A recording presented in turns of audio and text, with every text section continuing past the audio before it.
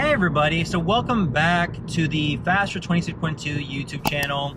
In this video, we're going to be covering what normally goes into my training as I'm going to the Myrtle Beach Marathon under 40 miles.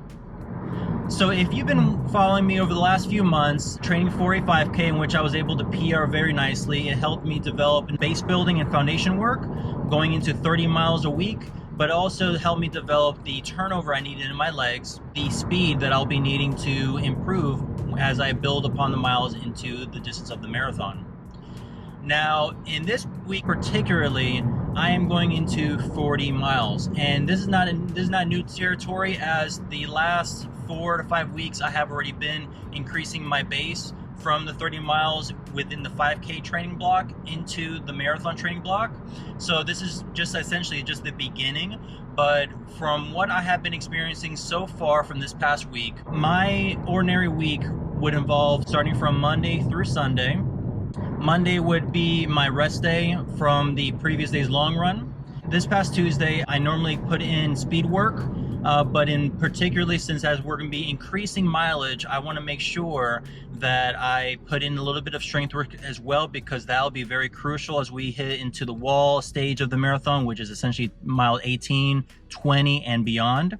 So this past Tuesday, my workout consists of a speed workout that involves intervals, but I wanted to involve the strength aspect as well. The speed workout would consist of 8 by 45-second intervals going uphill and recovering on the downhills. It's just nice, quick, bang for your buck type of training that involves strength work, speed work, developing that turnover, and then going over the next few days, Wednesday and Thursday each, with 5-mile easy runs. And then Fridays, where I specifically designate my workout for a tempo or threshold run. Now, this particular workout is especially good for the marathon because it allows you to put yourself at a comfortably uncomfortable pace for long periods of time, and longer you are in that marathon training block, the longer you're able to stretch that threshold amount each time, so that way you can further prepare for the distance. But now that we're getting a little bit closer to the marathon date, which at this point is about 45 days away, I can no longer look at these intervals as in short clumps of surges, such as those 4 minutes, 5-minute intervals. I now have to start looking into what happens once I get to mile 16, 18, where I'm going to have to start really digging deep. So these tempo and threshold workouts are really good for, again, specific aspects of the marathon training. The majority of my training will be devoted towards easy running or comfortable paces, recovery, maintenance runs, whatever we like to call it, but essentially just to make sure we develop that aerobic system. So my Saturday will, of course, be focused on a recovery day from the previous day of threshold running.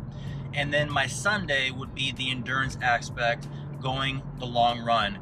And this particular week, since I'm only, again, 45 days out, I will be going about 14 to 16 miles on my long run. So if you're thinking to yourself, 16 miles out of a 40-mile week, that seems quite a bit excessive, and normally it would be. While this 40-mile week is not an excessive build from the previous week, I cannot sacrifice the increase in my long run. So last week I had done 13.1 miles. This week I'll be doing 14 to 16. So regardless if I'm actually taking a step back in my total mileage for the week, I have to continue increasing my long run to keep stretching out that endurance base. So if we add up everything that is involved in this week, a hill session on Tuesday, roughly about 5 to 6 miles. Recovery runs on Wednesdays and Thursdays, about, again, 5 miles each.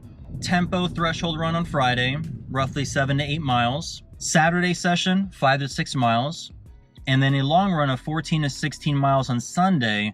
That would hit me to just a little bit over 40 miles in the week. So my question for the video would be, how do you develop your training plans? Do you normally set them up on your own? Do you have it based from the guidance and knowledge of a coach? Is it based on a generic training plan or a specific training plan such as Al Higdon or Hanson's or other? So let me know what you think. Let me know what has been working for you as when it comes to these few weeks prior to the peak week. And I'll be looking forward to showing you how my following week will be going as I reach into 50 miles.